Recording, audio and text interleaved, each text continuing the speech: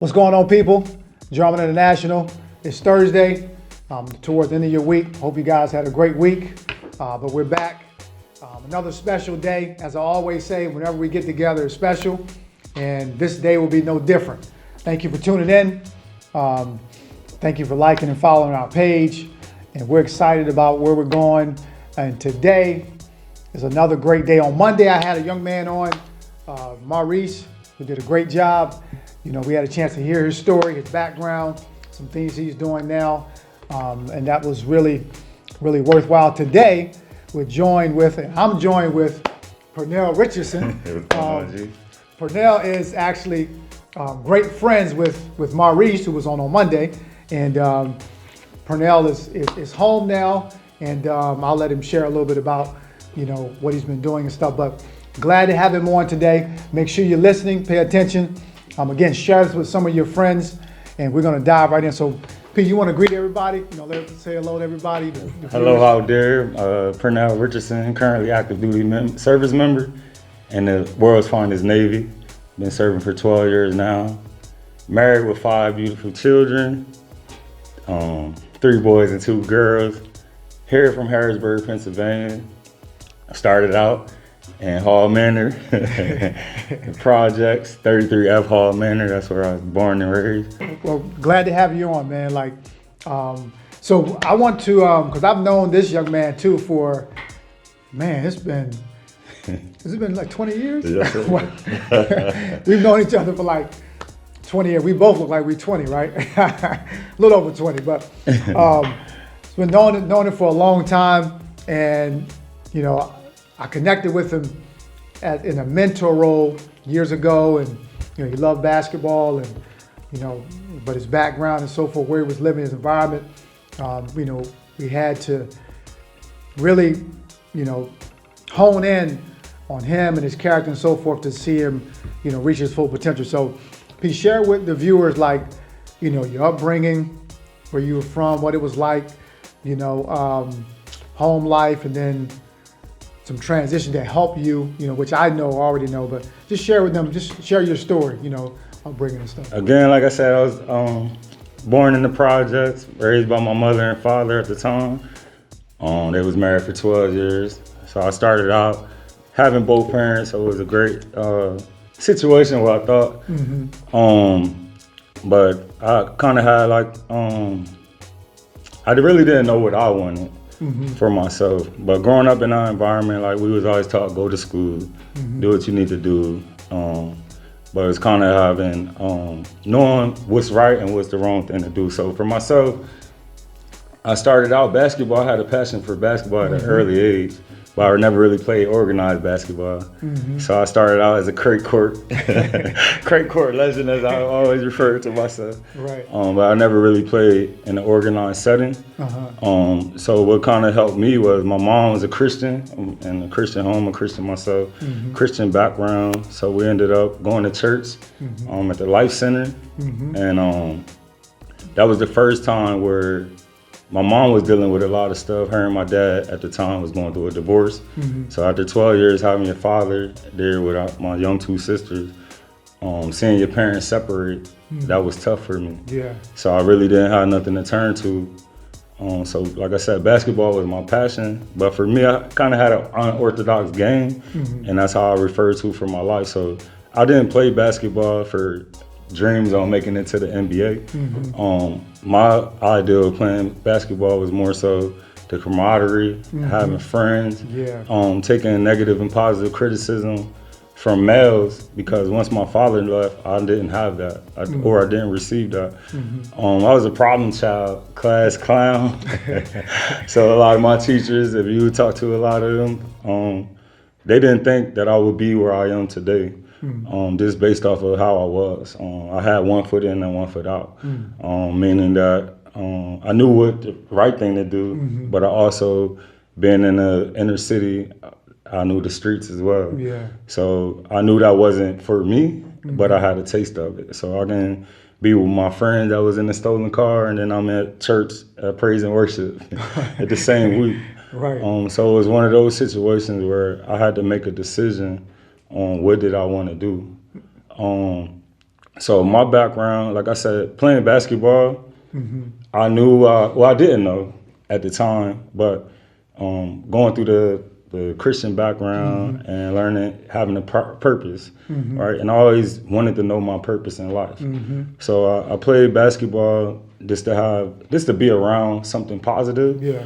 But I always had that leadership, I had the leadership characteristics of a leader. And no matter where I went, no matter where I walked in the room, people would kind of cling to me. Yep. So it was one of those things where if you for bad, you're going to have 15, 16 people for bad, or if you for good, you're going to have the same people for good. So one of my biggest things that me and my friend, my best friend, Mari Brown, we used to always tell ourselves, like, you surround yourself with great people and you do great things. But at the time, I never knew what those great things was. Like I said, I never had dreams or aspirations at the NBA. It was just receiving a hot meal, receiving, being able to talk and meet new people. So when I met you, I say, forgot the year, but I knew like, I'm like, man, these guys really want something in life. Like, you know, they was able to do some great things with basketball. But I was like, how do I do that when the ball stopped bouncing? How can I help my friends or myself or my family if I don't make it to the NBA, if I don't make it to college? What can I do? So the game of basketball taught me, you know, you got to, you take what the defense gives you. So that's my biggest thing. Like I started out basic triple threat, pass, dribble, and shoot, and that was how I approached it. This game of life. So with if I make a pass, I have to know my teammates. I want to know what was their skill set, and that's what I did in life. So I knew that if I went this way, and my friends had no dreams or aspirations or getting out of this place, then that wouldn't be the right move for me. So that was my approach.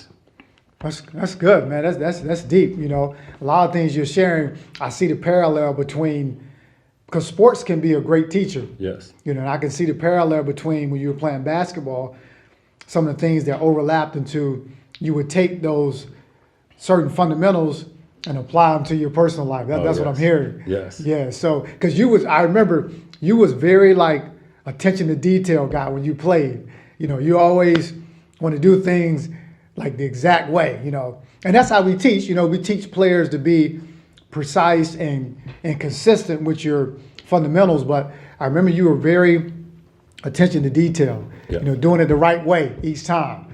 And I think those disciplines, Pernell, actually help you and propel you to become the young man you are today.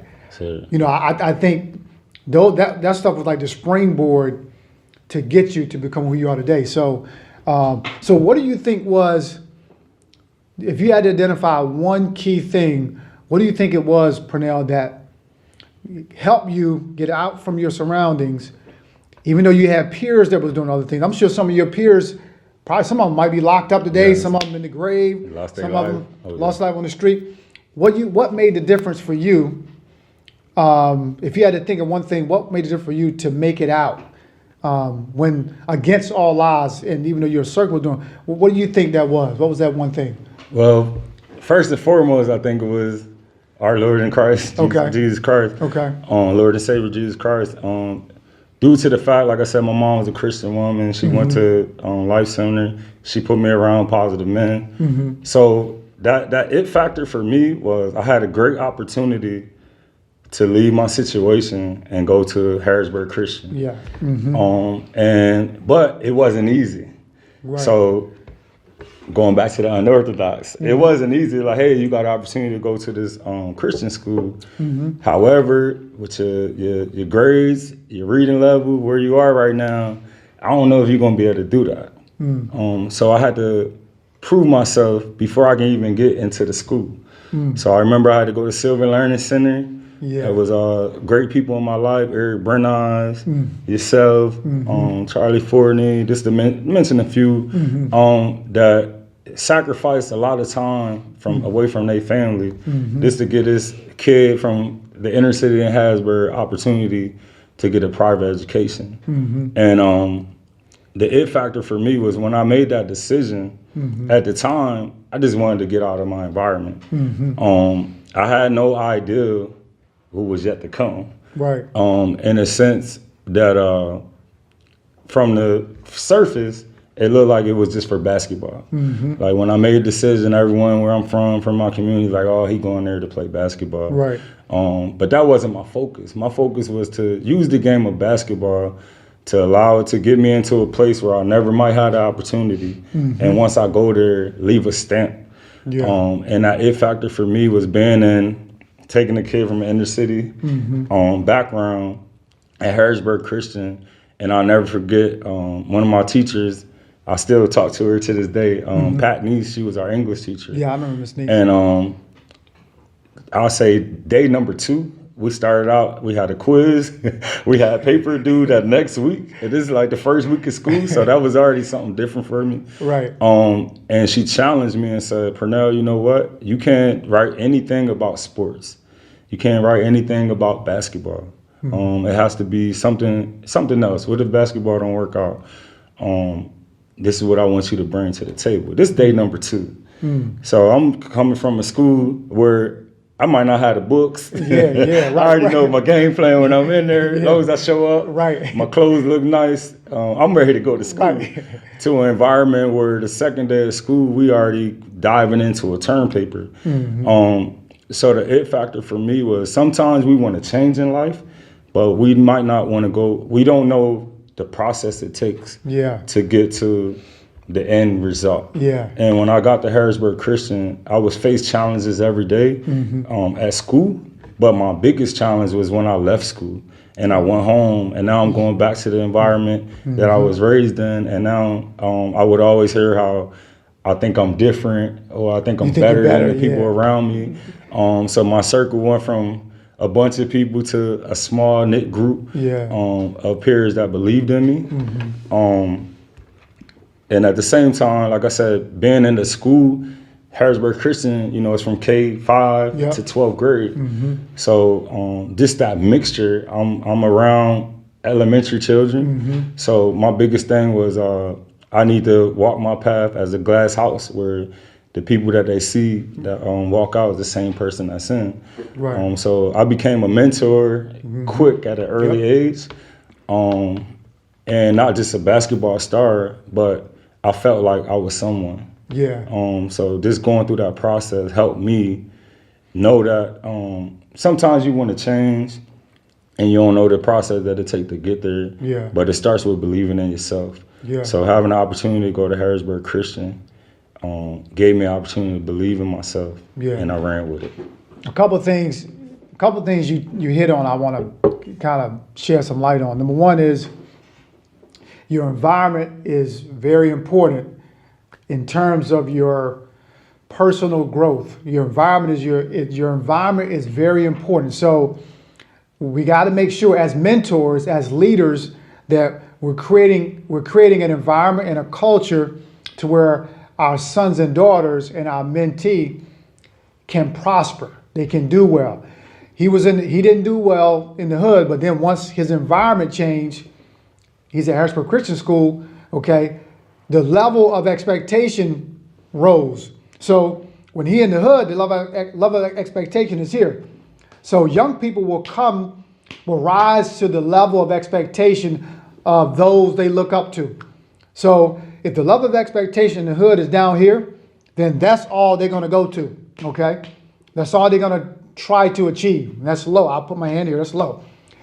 Now, once he transferred to Harrisburg Christian School, private school, okay, level of expectation was up. He found out second day of school, like, what? Paper? Exactly. And now I can't write about sports. So the level of expectation went here. So it was a process, but eventually, he showed growth, okay, because the environment changed.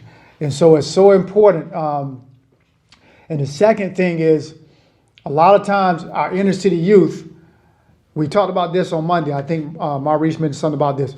The thing is, a lot of times our youth, inner city, all they know or see or aspire to be is a basketball player, a football player, a rapper. What else beyond that? A basketball, football player, a rapper, singer, sing, dancer, some in the entertainment industry. Entertainment and sports. That's Yeah. all they know. Okay, so, but a lot of them can't play on the basketball team because of their grades. Yeah. A lot of them can't play football because, conduct in school, grades, whatever. So now, you remove the sports out the way. Now all of them want to become a rapper. All of them can rap now, and they think they can. Let's put it that way. So, but I'm sharing this to say that teacher the second day of school told you, Pert, I want you to write, but I don't want you to write about sports.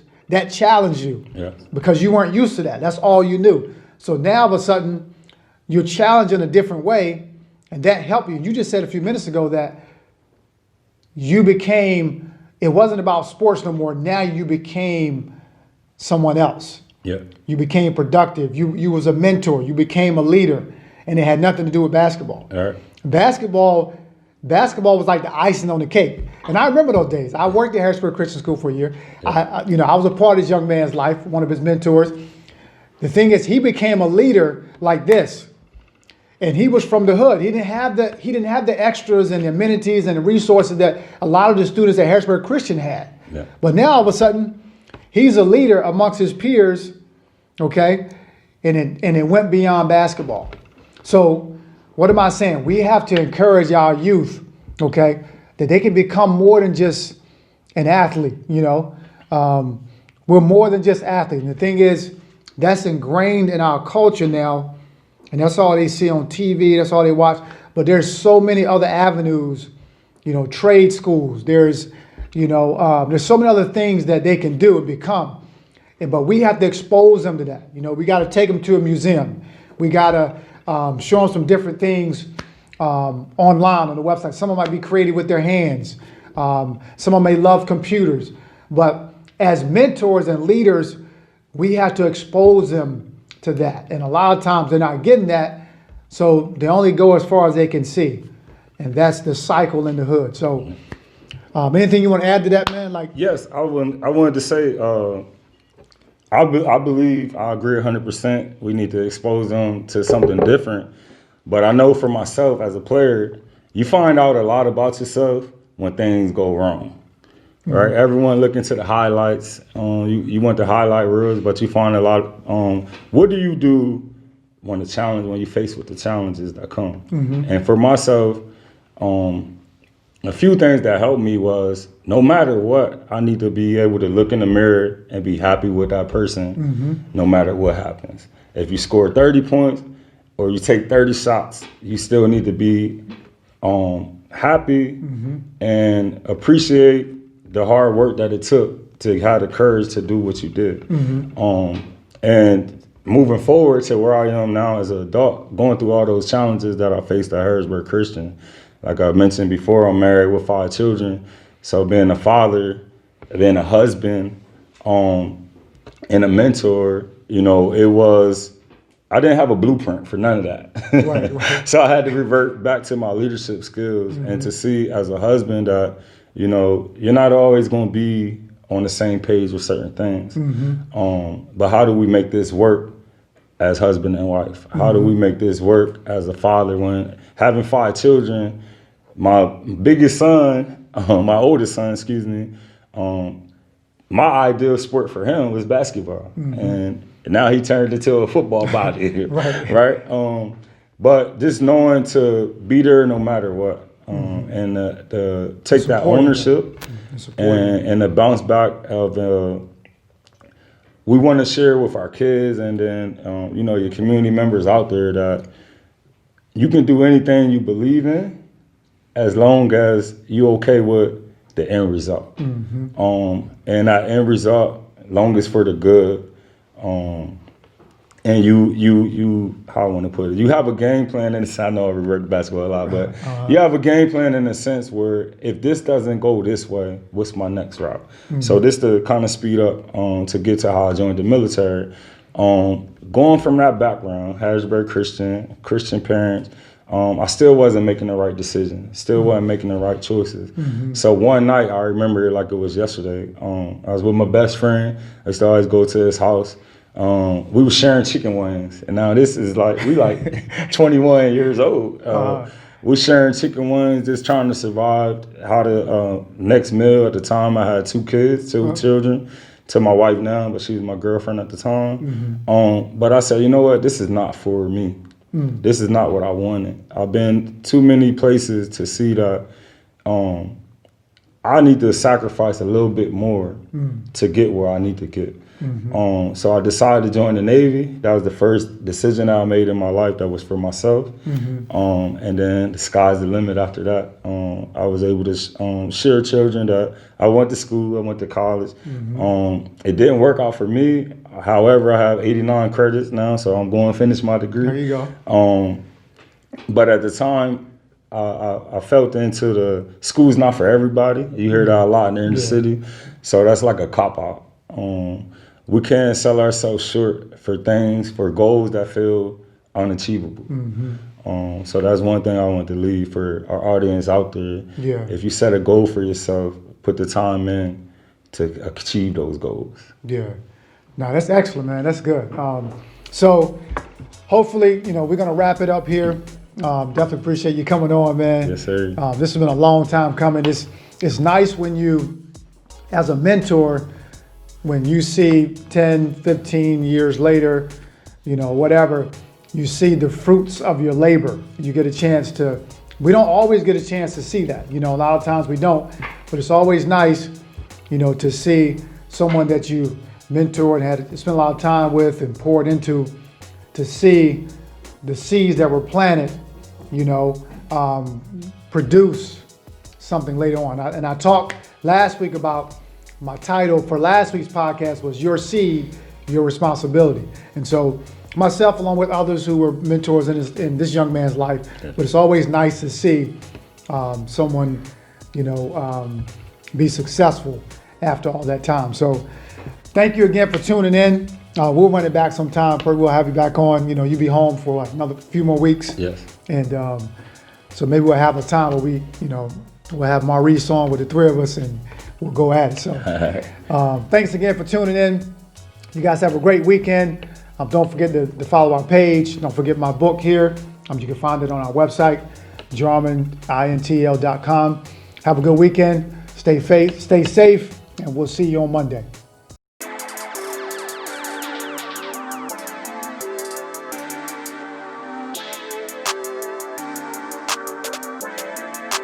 Perfect.